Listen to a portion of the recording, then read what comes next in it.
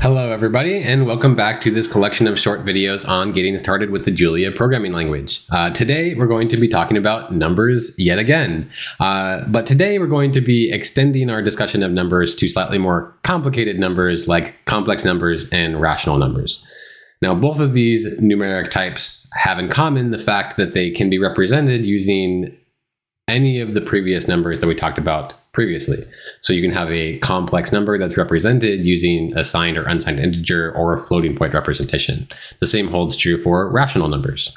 So let's talk about these numbers, how to create them, but also the purpose of this video is to give you a further introduction to how the Julia type system works, and specifically how the Julia type system works with generic types, or types that can be parameterized using other types. All right, so with that, let's delve right in. So again, we're going to open up the Julia REPL. And as a brief recap, we can declare variables using the equal syntax and check the type of those variables with the type of command. Now, if we want to create a complex number, I can do it just like this. So I can do it by multiplying by the im symbol, which is just the imaginary symbol I.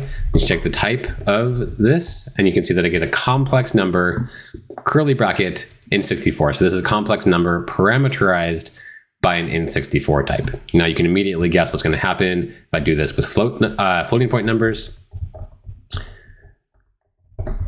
And check the type of this. You can see that I'm going to get a complex f64, which is an alias for a complex number, again, parameterized now by a float 64. Okay, this should not be too surprising, but this is the syntax for how Julia represents parameterized types. And I can make that type, doesn't have to be any of the primitive types. I can make this be any type that I can represent, as long as it kind of obeys this idea of addition, subtraction, and multiplication. Now, since we're talking about complex numbers, let's also just throw in a couple of the extra functions that Julia provides for us for working with these types, where I can extract out the real part of z using the real command and the imaginary part using the imag command.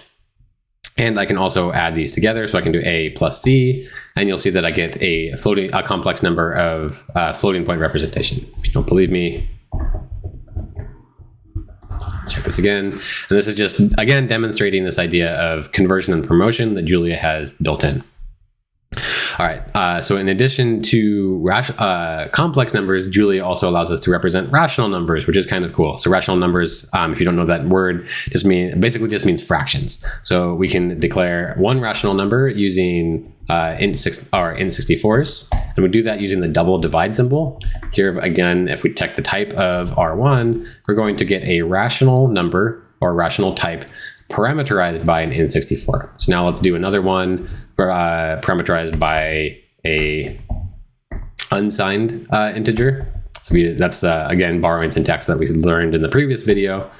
We check the type of this, and we get a rational of uint8. Again, using the built-in conversion and promotion operations, we can automatically convert these up to, or combine these together using addition, and we get a rational of int64.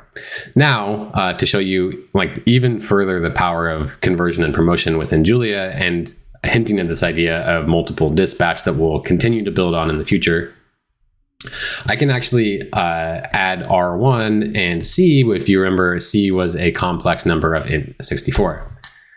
And here we get some fun business. Now, if I check the type of this, I'm going to get a complex number that's parameterized by rationals of int64. Now, if I instead use the floating point version, I'm going to get it's just going to convert everything to float 64s, because operations between rational numbers and floats will get promoted or demoted, depending on how you think about it, promoted up to floating point representations, because floating point numbers can represent things that rational numbers can't. Okay, so that's pretty much it on this topic, but this is, again, is a good segue into our next topic, which is going to be that of vectors, arrays, and matrices, which will be a good segue into further discussions along linear algebra, and which is one of the biggest powers of Julia and of scientific computing. And what all of those have in common is that they are usually parameterized again by a single numeric type, similar to the ones that we saw today. So we'll see how to manipulate those, how to extract that type information, and how to leverage that information, or how Julia leverages that to do efficient numerical computations. All right, we'll see you then.